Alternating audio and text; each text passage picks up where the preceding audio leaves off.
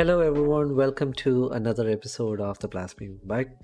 My name is Atul John, and it's been a long time since we did a video, so I think it's time for us to get back on track and start working on some problems, right?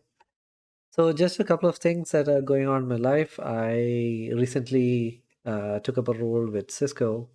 I'll be working as a software engineer in the enterprise access point team. It's pretty exciting role. I've been interviewing for some time right now, and I've finally got the job role that I wanted. Another thing that you'll notice is that the video quality has improved. So I got a 1080p Full HD webcam, so you'll be able to see my face a little bit better. Also, I got a brand new uh, desktop PC. It's an Alienware Aurora R12 gaming PC, but I'll probably be using it more for video editing rather than gaming. And you can even see it right now. So the background has changed. It's because the graphics card is there's an application from NVIDIA called NVIDIA Broadcast where they so you can put change the background and that goes into OBS. So this does a better job than what OBS does with its green screen. So I thought I'd just try it out. So yeah, that's about it. Thank you so much for staying with the channel, and I really hope to do a lot of good things. Hopefully, get out at least one video per week.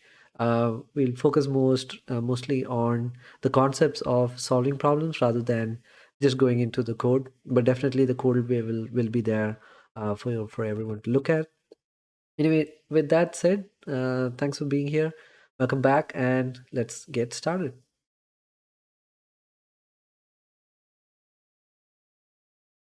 Hey everyone, so let's get started on this question. So, question is number 394 on Leetcode. It's actually a Google asked question. So, yeah, let's get started. It's called Decode String, and you can see the question over here. It's basically saying that if you've got an encoded string, you have to decode it and return the decoded value. So I'm not claiming that I came up with the answer. I'm just looking at the lead code solution that I found was good. So let's get started and look at that right now. The question basically is asking you if you're given the encoding rule is basically like k encoded string, where the encoded string inside the square brackets we repeat it k times. Now, yeah, this doesn't really make sense. So let's look at the examples and let's try to figure it out. So, for example, if you've got 3a, 2b, c, you're gonna have 3a's you use the kind of like the rule where you start from the left and go to the right. You've got 3a's and you've got 2bc's, so you add the 3a's and you add the 2bc's, and that's we can look at the other examples. I'll just go through them quickly so that you get an understanding of what the question is asking of you. Okay, let's look at these examples and see if we can make sense out of it, right? So the first one is going to be 3a 2bc, and I think we've already looked at that one. So this you can, because you just have one single bracket, I guess you can evaluate them all together. So this would be a. Okay, let's do it separately. So a and 2bc, and then we're going to do a, and then it's going to be bc and bc. Similar story here. We will try expanding things that are inside first. So we would get 3ACC, and then we expand that again. We would get ACC, ACC, and ACC. Look at this one here. Yeah, this is pretty straightforward. Let's not spend too much time there. So ABC, ABC, CD, CD, and EF. Finally, the last one, it's also pretty straightforward. So you get ABC, CD, CD, and X, Y, and Z. So basically, the question is something like this in some sort of format like this over here, where you have a k constant value and you have a string, right? So in this example over here, k2 or string 2 would be repeated k2 times, and then string 1 and this whole thing that we evaluated here would be done k1 times. So that's basically the question. Like, this is how you get the question. The input would be coming in this format, and we're going to use this input and then try to decode that. Moving on, so we're going into the solution, and the solution is going to be using a two stack solution. So we're going to have two stacks. One is going to be for the count stack, which is all of your k1, k2, k3 values, and then you're going to have another string stack, which is basically going to be your string 1, string 2, etc. Now, we're going to have two different stacks, as I mentioned, and you can just remember the name. It's going to be, we're going to use the same name itself. So it's, one is called the count stack, and the other one is called the string stack. And I already mentioned like what we're going to be keeping in those stacks. Moving on to the algorithm, and everything basically boils down to this algorithm over here. You can code this up directly. Like, it's pretty straightforward. You can do it do it by just following these. So different cases. Case number one. Let's see what case number one is. Case number one basically says if you're getting a digit, okay, that's going to be appended to your current k value, right? So we have to populate the values of k1, k2, and all. So let's say you get a value 20, okay. You have to stop it when you get something other than a digit. So as long as it's a digit, you have to keep appending to it. So for example, you have a value 15. You have a value 15, right? So you'll get 1 first, and then you will get 5 first. So when you get 1 first, your k value would be 1 initially, and then when you get this 5, when you count the 5 next time, what you're going to do is you're going to multiply k with 10 and add 5, or k was k, so in this case k is 1, so you would get 15. So that's how you would take that. But that's just a minor thing. We don't have to worry ourselves about that.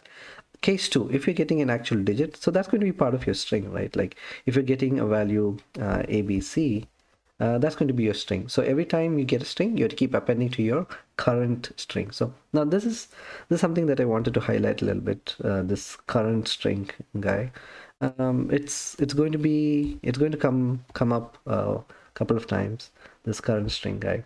And I want you to notice that current string does not necessarily mean the string that's there right now. Like, for example, in this case over here,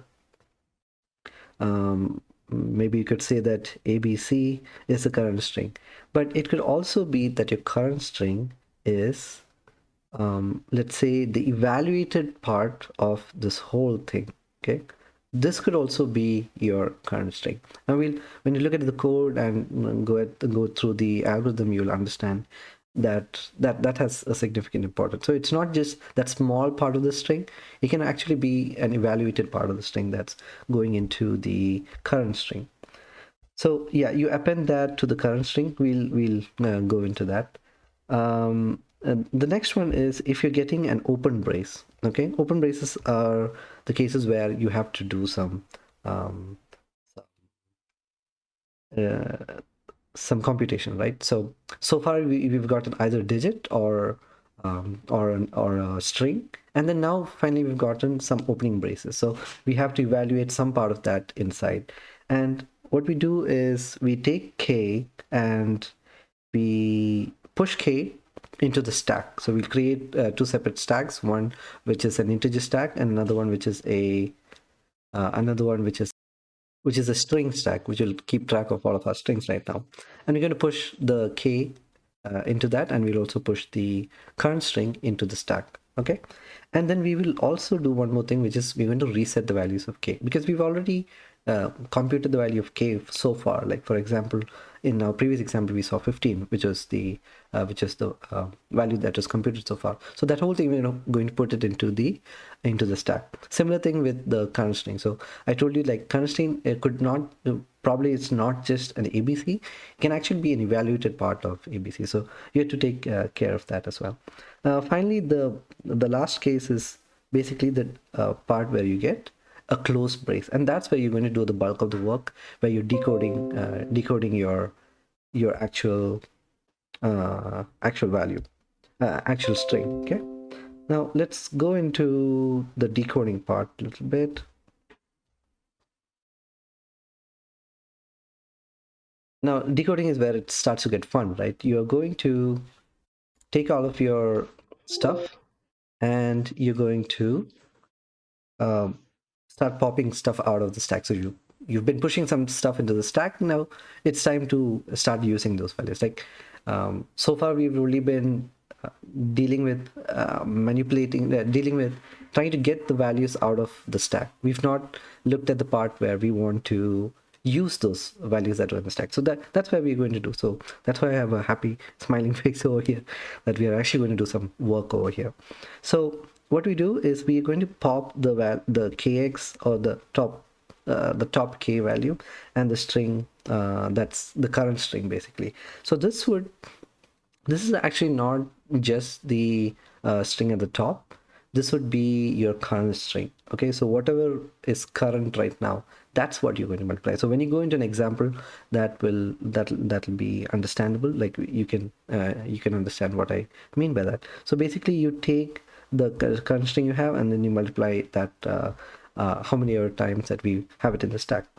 And then what we do is we append that into the decoder string. So decoder string would be this really the big thing that we need, right? Yeah, so and then to find the decoder string, we've already found out the k string, right? Like you found out a big, really big, I mean, not a big thing, like a subset of what we want over here, right?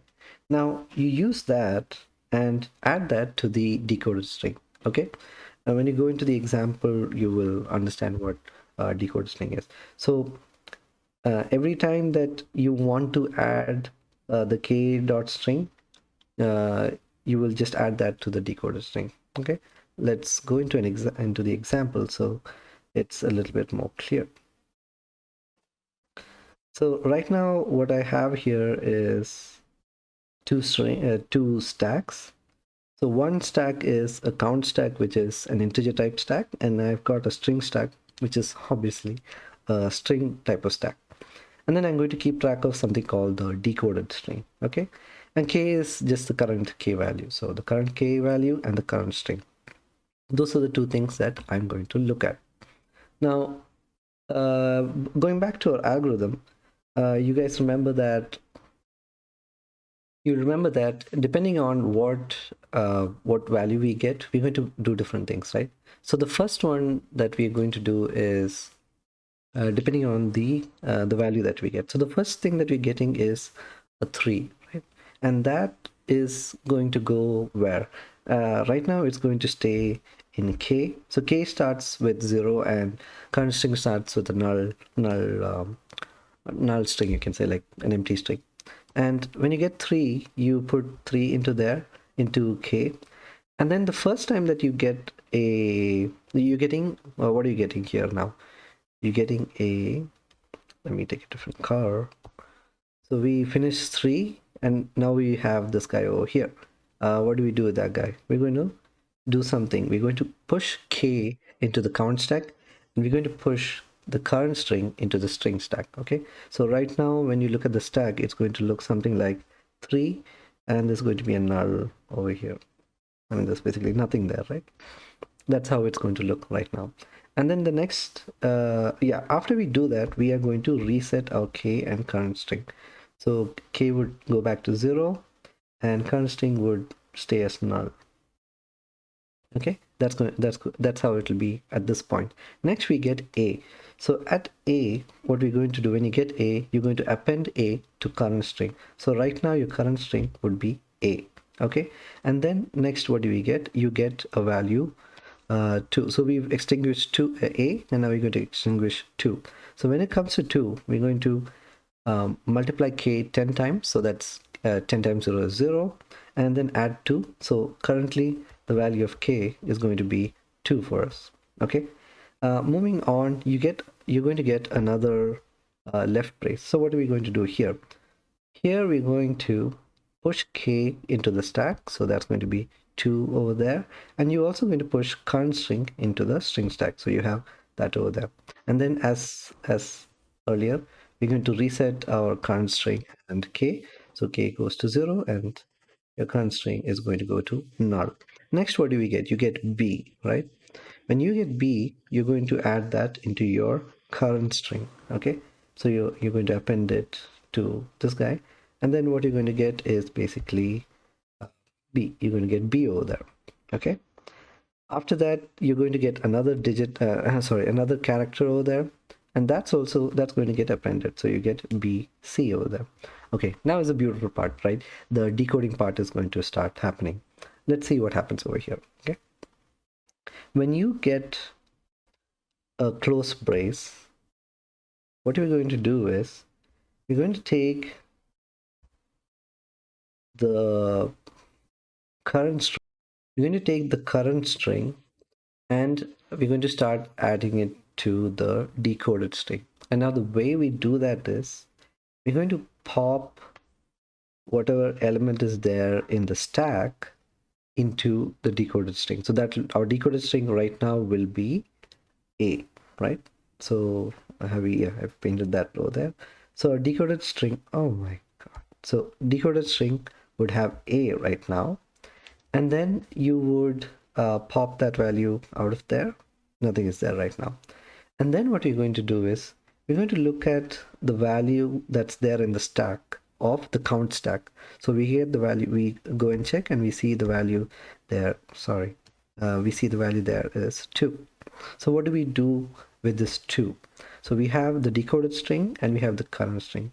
What we basically do is we're going to do A plus 2 times of the current string. So the decoded string is going to be whatever is there at the top of your string stack, and then you're going to add the current string, the number of times that's there in the stack. So the reason why we're doing this is because we know for a fact that once we've reached an endpoint, whatever string that we've found so far, like the current string that we have so far, that has to be multiplied by the number that's at the top of the stack. So we've not so far put the current string into the stack, but we know that the count stack has the number of times that our current string has to be appended. So at the end of that iteration, what we have in the decoded string is going to be A, B, C, B, C.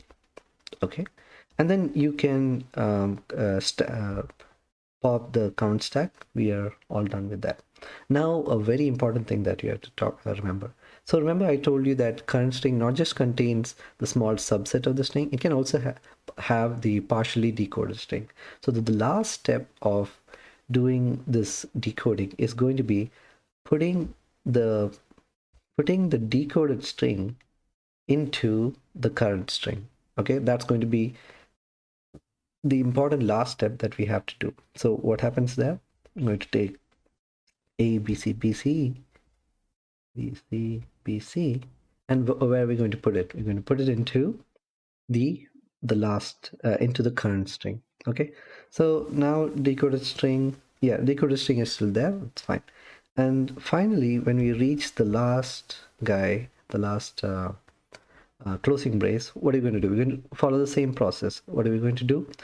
We're going to put decoded string as the last thing in the stack. So what is the last thing in the string stack?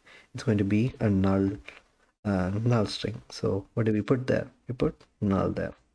Okay, and then you can pop the stack out. String stack can be popped out, and next what you're going to do is to the decoded string you're going to add the current string. How many times? Whatever value is there in the count stack, let's pop it out, and then as many times we're going to add the current string.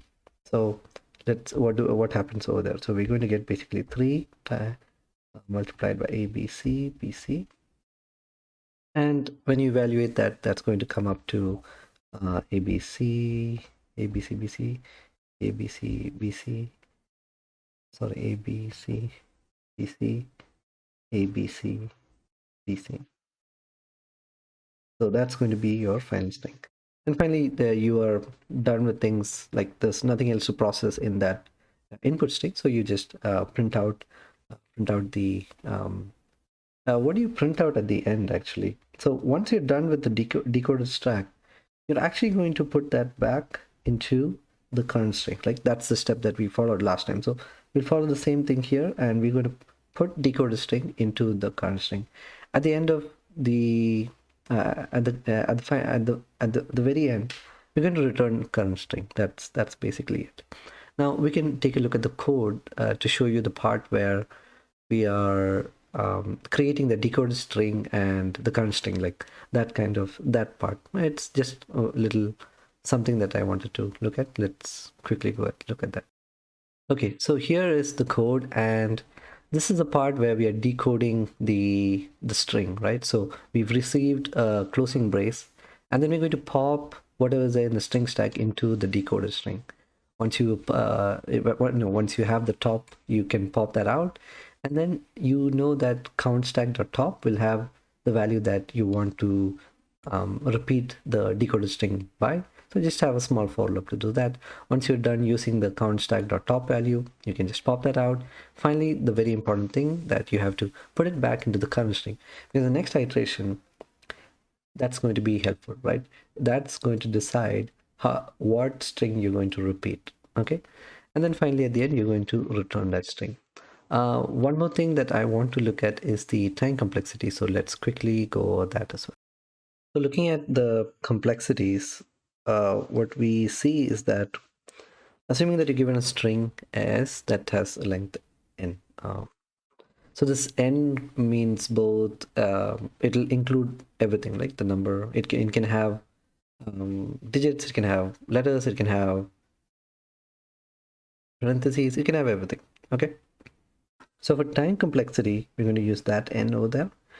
And what we see is that, so I remember earlier I mentioned about k1 times string 1, k2 times string 2, and so on and so forth. So how many times do you repeat k is a factor of the k1, k2. So whatever is the k max value, let's say it's 10, okay? And the length of how many times you repeat that thing, in the worst case it could be that you're repeating the whole string n times. Now I don't think that can happen, because it'll be a little bit lower than n, because you need some part that's reserved for k, right? You can't have the whole thing have just the letters. So that's the time that it takes to repeat the, because you have that many times of uh, times that you're repeating that. So that's why you have k of n, k max into n times. Similar thing with space, but here the n is something different. I'll explain that now. In space, so you have two different stacks, right? So the m is going to represent the stack for the number of letters in the string, okay? And n is going to be for the number of digits in the stack. Now, if you looked at the example that we were doing, we only had like subparts of all of the strings, right? But in the worst case scenario, we could probably have a situation where all of the letters in that string have to be put into the stack. Okay, so in that case, if you have m characters in the string, you have to put all of that into the stack. But the same thing with the digits also. Like if you got like a really long digit, like 10,506 or something like that, you'll have to put that whole thing into or actually number of digits might be, yeah, so you might have to put that whole thing, all the digits, like say 10,000, 1,542 or whatever, that has to go into the stack. So that's how you get, like, that's the largest one. So that's basically the whole question. I hope you enjoyed the question. Definitely look at the solution in Leetcode. There are probably better ways of doing this, but this is a very straightforward and easy way to do this question. And sometimes it's better to do like a straightforward way rather than looking at like really complex ways that will take you ages to explain to someone, right? You have to go with a solution that works, and that works reliably. That's pretty much it that you'll have to look at. Yeah, thanks guys. Welcome back, and thanks for being here. Hope you understood and enjoyed the session, and have a good day. Take care.